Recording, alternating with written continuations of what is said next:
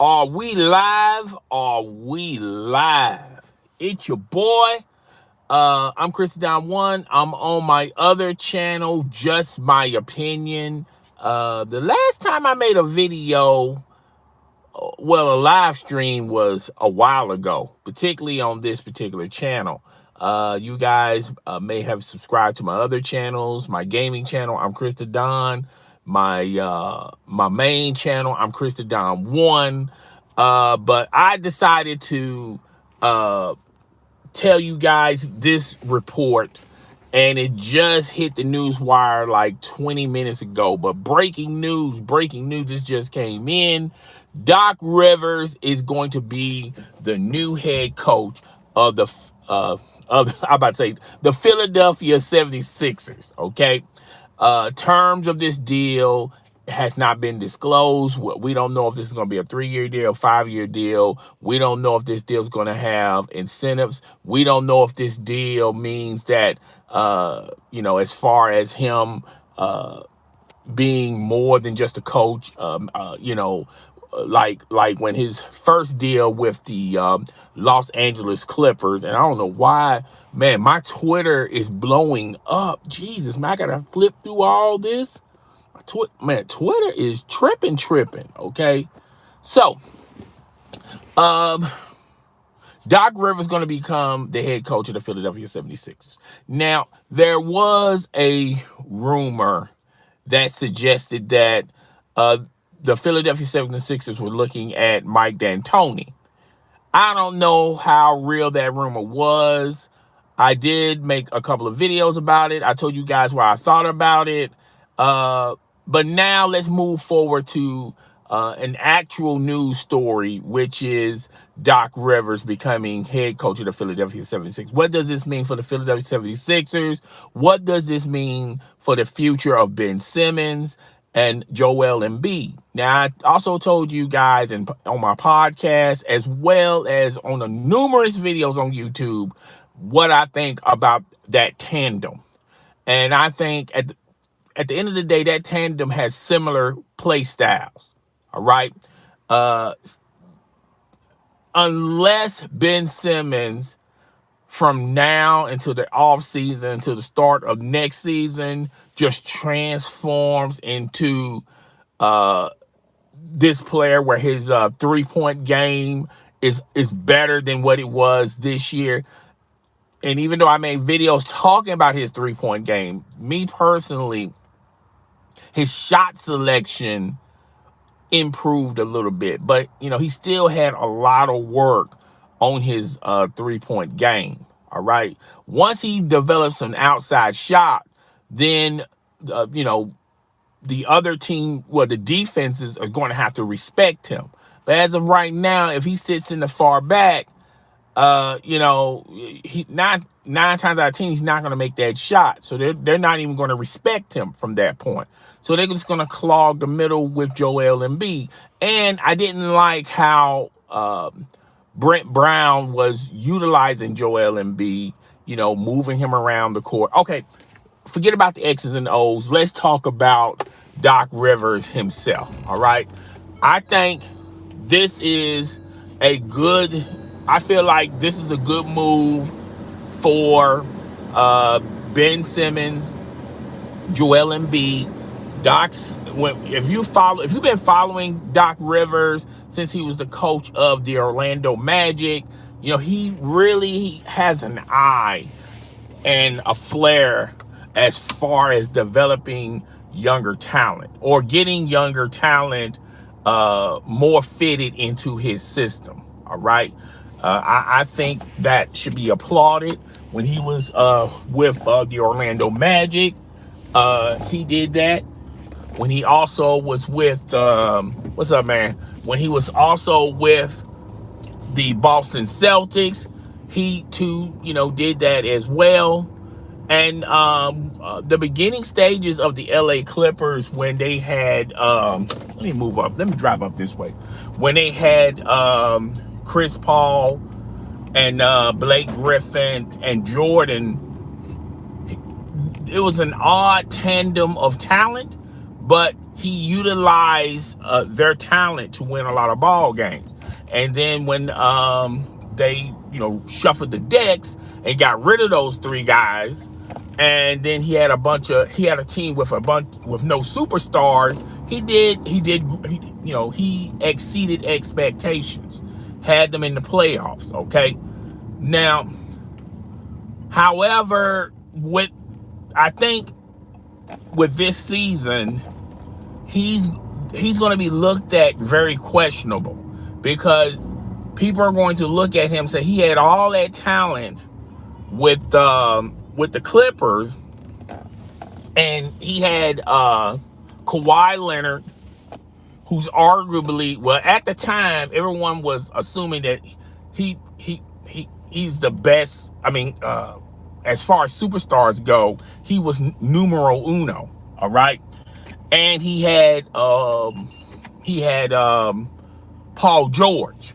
All right, plus, they didn't lose any talent from the roster he had a couple of seasons ago. So their expectations were to the finals or bust. And how they lost a 3-1 lead to the Denver Nuggets. And to be fair and to be completely 100% honest, they barely squeaked by the Dallas Mavericks. Okay? If it wasn't for a couple of injuries along the way in that series, it was looking bleak with that series. All right. So people are going to look now. He does have a couple of excuses. All right. He can utilize to his advantage. He could say, well, before the pandemic, he had the Clippers on all cylinders. Okay. Had the Clippers on all cylinders. He had them, he was coaching them up, all right? And he could say that. And he said, and then he had them all on all cylinders until they had to suspend the season. And then when they got to the NBA bubble, nobody wanted to go into the NBA bubble. The Clippers didn't want to go to the NBA bubble. The Lakers didn't want to go to the NBA bubble. Okay? Nobody was positive about the NBA bubble. Now, all of a sudden, everybody's positive about the NBA bubble. All right? Well, now all of a sudden, the Lakers are saying, man, I'm glad we had that NBA bubble, because they was complaining about it a couple of months ago about the NBA bubble. Okay? So, with all that being said, that is going to be a stain on his resume that he's going to have to overcome. A lot of people also thought in that Denver Nuggets series that Mike Malone was out coaching Doc Rivers. And Doc Rivers lost control of the team. All right. Now, I know a lot of people are going to say, well, the reason why he lost the team is because of, when they added Kyrie, when they added Kawhi and Paul George, they were allowed to do things the rest of the team was unable to do. They had perks where they didn't have to practice. They can miss games and things of that nature. All right, because they were treating them like prima donnas. All right, and that could be a sticky point to any coach. But the best coaches overcome that stuff. All right, so Doc Rivers can use that excuse, but he still has that stain on him that he's going to have to overcome. Now, Doc Rivers coaching in the East is very beneficial for Doc Rivers. All right, the East is the least. All right, the East is not as strong as the West. Okay, let's just go ahead and just call it like we see it. All right, there's only like a handful of teams that are in the East dominators. All right, and then you got a bunch of contenders. All right, and you have a few suspects. All right, but other than that, he should be able to flourish in the East. All right, my question with this decision and with this move is, what does it hold for the future for Ben Simmons and Joel Embiid? Because they both are virtually the same player. Now, Is Doc Rivers going to bring his scheme to the 76ers, or he's going to sort of tweak his system to fit those two players? And is he going to have both of them players on the court? All this really determines what type of Ben Simmons we're going to get. Is Ben Simmons still going to play the point? Is that what is that the plan? Or are they going to put him? Are they going to make him a small forward? Which he's built to be a small forward, power forward. I don't know. I think this is a unique set of circumstances for Doc Rivers. The teams Doc Rivers has coached for always had a traditional positional player. Back in Orlando, he didn't have to deal with players that were untraditional. All right, when he was with the Celtics, same thing. The Clippers, same thing. All right, he's dealing with a unique set of circumstances with the Philadelphia 76ers. How to make those two players very successful, get a bunch of W's, and how to make those similar players work together. Now, there's going to be a lot of people going to say it has been done before. Remember what people were saying about LeBron James and Dwayne Wade. When LeBron James went to Miami, a lot of people said, well, I don't see how it's going to work because Dwayne Wade and LeBron James, they're isolated players. They're ISO players. So how is this going to work? And I can go back to Chris Webber and Juwan Howard. They were similar players. All right. So there has been in the NBA's past of similar players playing on the same team being very successful. All right. So you got that going for you. But with both of those two players, the one flaw that they have is being effective beyond the basket. Joel Embiid and Ben Simmons. And another thing that they both have similar is they're injury prone. More so with Joel Embiid, but Ben Simmons has been injury prone this year. All right, so now he's getting the bug. All right, so you got two players that are constantly injured, and you also got two players that can't shoot to save their own lives beyond 17 feet. All right, so those are problems where, if it happens with players, but with these types of with those type of players, they're similar already. So they're not going to bring anything more to your roster, okay? Unless in the offseason, Ben Simmons finds his mid-range jumper, finds his three-point shot. If Joel Embiid gets on a nutrition plan, and all of a sudden the injury bug is a thing of a past for him, I think good move for the 76ers. The 76ers will go with playoffs, okay? And we'll make some noise in them. No. The Celtics, no. All right? Even if,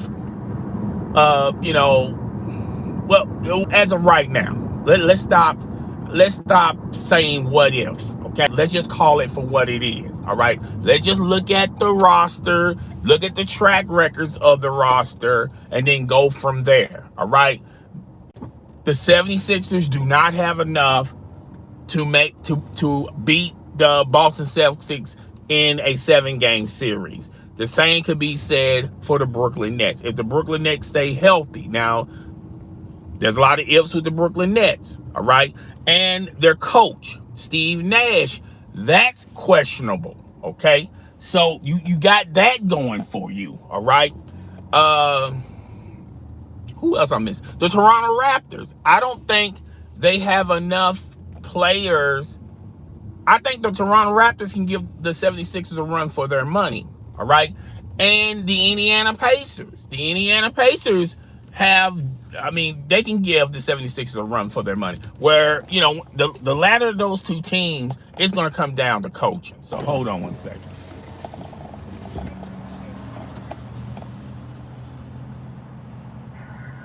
Want to take your order? Yes, can I get a number 1, a number 2, both of them with Sprite, and also a number 6 with a Coke with honey mustard. All right, anything else? That'll be it. $22.91, first one now. All right. So yeah, I mean, I think they're going to struggle. I mean, I think they'll be fine in the East. I think they have enough talent to make it to just get to the second round. But just getting to the second round is just not good enough, because the Philadelphia 76ers traditionally always make the second round. They just always crash and burn in the second round, okay? And there's been a lot of examples of that. But do they have enough to take them to at least the conference finals? And I just don't see them having enough. So even if they do get Doc Rivers, obviously they're going to have to get something else for that team. Thank you, ma'am. You too. They're going to have to get something else for that team. They're going to clearly need some outside shooting. They're clearly going to need a bench, okay? And they're going to need a third scorer, okay? And they had a plethora. Is that a word? Okay, I'm tongue-tied right now, but you know what I'm saying. They had a history of players that could have been that third player. I mean, that third option or that second option. They had Jimmy Butler. Jimmy Butler left and went to Miami, and it's just Jimmy Butler and the gang. And now they're in the NBA Finals with no Ben Simmons or no Joel Embiid, okay? They had, I forgot the kid that they drafted, and he had a bunch of injuries, and they ended up drafting him. They ended up sending him to Orlando. I forgot his name. I can't think of his name right now. If you know his name, hit it up in the comments section. But you know who I'm talking about. They had him. They had J.J. Redick. Now, J.J. Redick done left the 76ers and went to the New Orleans Pelicans, because out of all the teams in the NBA, they was willing to pay J.J. Redick more money. And that's what he wanted. He wanted a big-time contract, because that was going to be his last big-time contract, okay? So the 76ers has always had a third option, or with Jimmy Butler, a first or second option. All right, and now but when you look at their cap situation, it's dried up. They gave the max to the center that used to be the center for the club. Oh my God, I forgot that guy's name. And I'm not saying he's a bum. I just don't, hey, let's just be real about it. He really didn't do enough. I mean, he really didn't contribute doing enough for the 76ers to get into the Eastern Conference Finals, at least. And then they got the power forward that was with the Celtics for so many years, and they over. Do you need a carrier for your drink? Yes, ma'am. Okay. Yeah, I can't. I'm light-skinned dude. Man, just give me a second, y'all. Mm-hmm.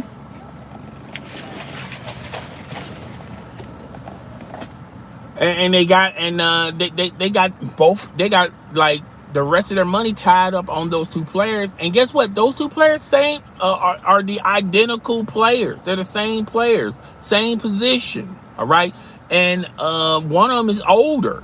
And there's no, nobody's not going to trade for him. He's got like a lot of years on his contract, okay? And then the kid that that the Clippers fell out on, and the Clippers traded him to the 76ers, they gave him a massive contract.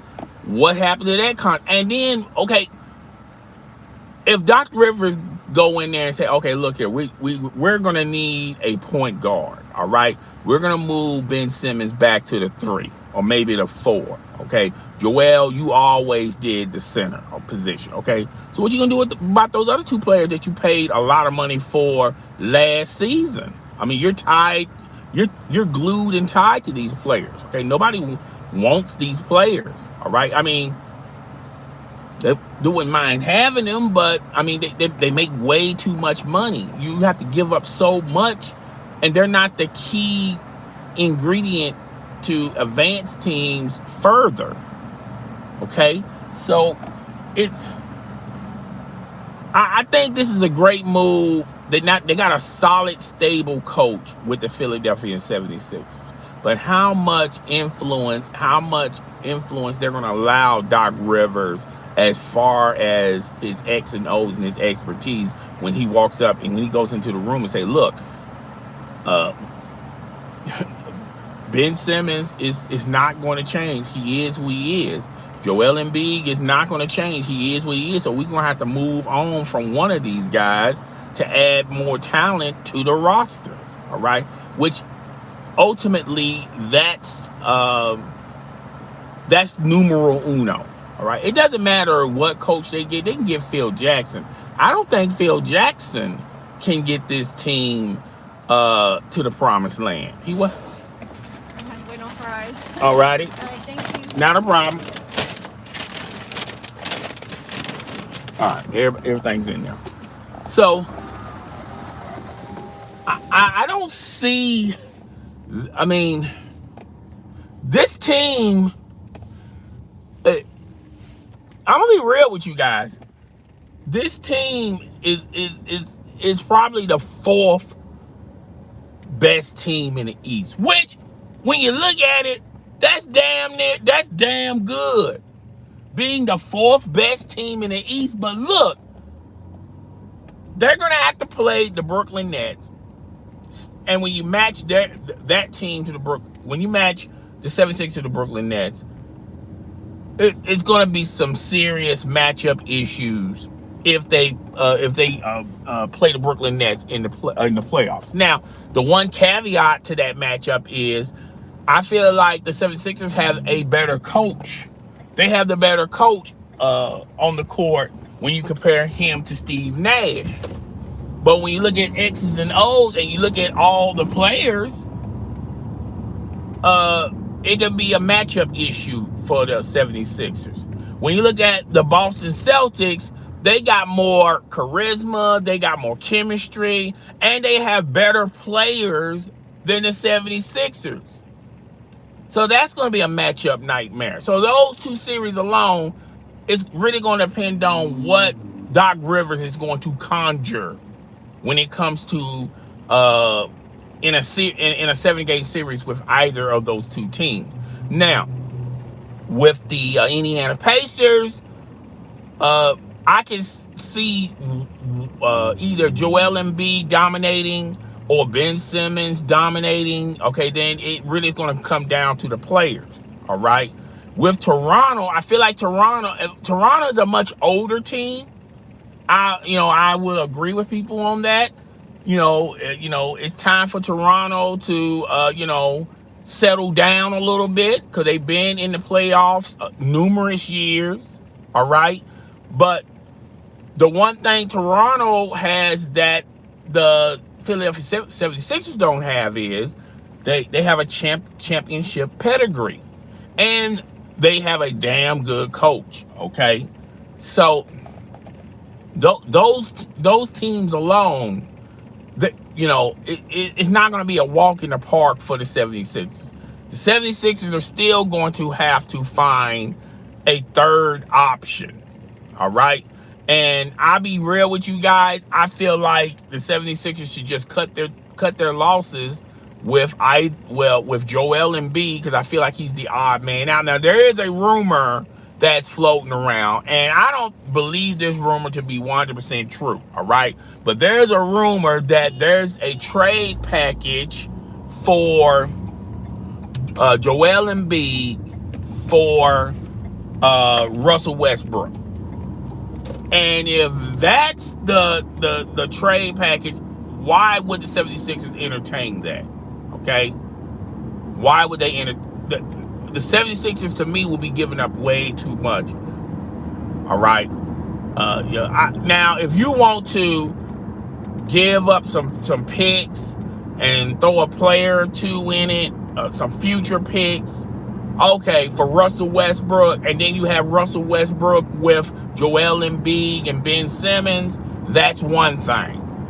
But to swap straight up Joel Embiid for Russell Westbrook, nah, fam. Maybe 5 years ago, that would have been when he was with the Oklahoma City Thunder. Sam Presti would have said, nah, we're not going to do that.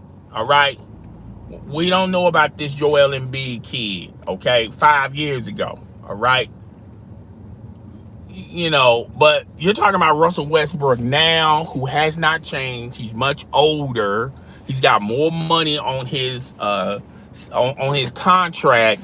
You're not going to get rid of him when it doesn't work out with the 76ers, all right? You're tied to that money. And if the Rockets make that deal, you already had a big man on your roster, Clint Capella. Y'all traded Clint Capella for some more scoring because you wanted to play small ball. Now, when you dabbled into it and you experienced it and you find out small ball doesn't win you championships, now all of a sudden you have an idea of going back to a traditional roster. You had Clint Capella. Okay? You had a point guard in Chris Paul. Okay? So it seems like if they do that deal, that's like they're virtually saying we screwed up on the Clint Capella deal. We should have kept Clint Capella. That's basically what they say. If they swap Russell Westbrook for Joel Embiid, then what they're saying to the NBA world and the NBA landscape is we screwed up on that deal. All right? So, to me, as far as the Doc Rivers thing, I think this is a great pick for the Philadelphia 76ers. I explained to you guys earlier in the video how this is probably going to be beneficial for that roster. That roster is young, all right?